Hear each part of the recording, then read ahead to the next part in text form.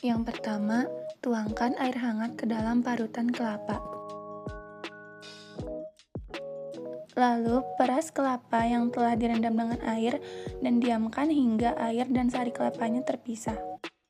Tuangkan sari kelapa yang ada di atas permukaan ke atas katel yang sudah diletakkan di atas kompor. Lalu, aduk perlahan hingga air menguap dan menyisakan minyak beserta ampasnya. Lalu, pisahkan ampas dengan minyaknya dan minyak kelapa siap digunakan.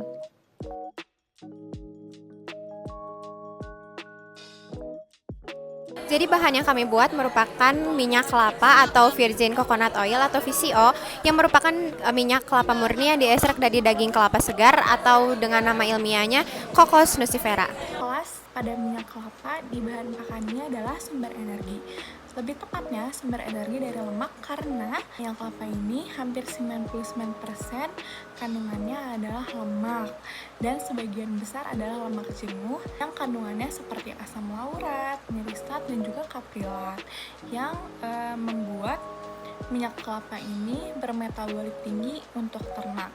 Nah, lemak dengan sumber energi yang tinggi kayak gini tuh cocok banget buat unggas seperti broiler karena bisa ngebantu pertumbuhan yang cepat dan juga efisiensi pakan. Bisa juga dipakai buat ternak muda seperti anak babi karena penyerapannya itu lebih gampang dicerna dibandingkan karbohidrat kompleks.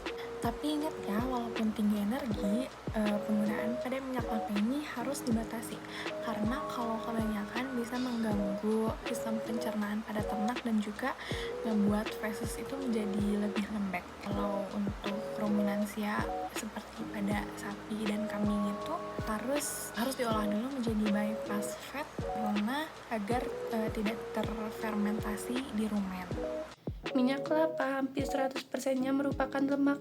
Ini tuh didominasi oleh asam lemak jenuh rantai sedang seperti asam laurat yang berfungsi sebagai sumber energi pada ternak, terutama pada ternak yang sedang dalam masa pemulihan.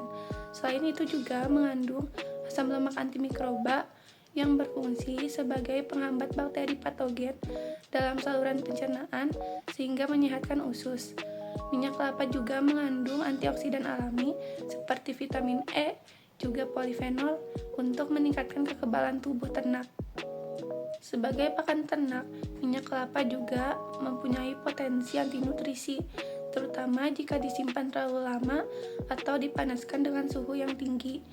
Ini tuh dapat menimbulkan senyawa peroksida yang merupakan indikasi kerusakan lemak yang dapat membahayakan pencernaan. Selain itu juga, kalau dipanaskan dengan suhu tinggi, dapat menimbulkan asam lemak trans yang jika dikonsumsi secara berlebihan akan membahayakan kesehatan. Selanjutnya ada minyak kelapa. Minyak kelapa dapat menjadi sumber energi dan mengandung asam lemak rantai sedang. Untuk batas penggunaan dalam ternak unggas biasanya digunakan hingga 3-77% dalam ramsum sebagai sumber energi tambahan. Dan untuk ternak ruminansia penggunaannya perlu dibatasi karena dapat memengaruhi fermentasi rumen. Biasanya tidak lebih dari 5% dan perlu adaptasi. Assalamualaikum warahmatullahi wabarakatuh. Sebelumnya perkenalkan, kami dari kelompok 8 akan menjelaskan tentang cara pengolahan minyak kelapa. Sebelumnya perkenalkan, nama saya Laskirana Ramadan Pembudi dengan 3 digit NPM terakhir 245. Perkenalkan, nama saya Muhammad Zaki Abdul Fattah dengan 3 digit NPM terakhir 221. Oke, pertama-tama alat dan bahan yang harus dikumpulkan untuk membuat minyak kelapa adalah ada pertama kelapa parut, lalu ada wajan, ada parutan, ada saringan, ada spatula atau serokan, lalu yang terakhir ada kompor. Lalu selanjutnya ada cara untuk pengolahannya. Yang pertama, parut kelapa. Setelah diparut, parutannya itu direndam dulu dengan air sampai beberapa menit agar serat-seratnya menyerap. Setelah itu disaring menggunakan saringan.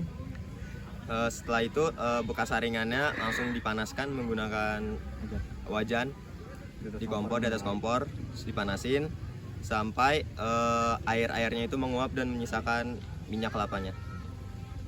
Untuk harganya sendiri itu sekitar 40 sampai 60 ribu untuk 1 liternya.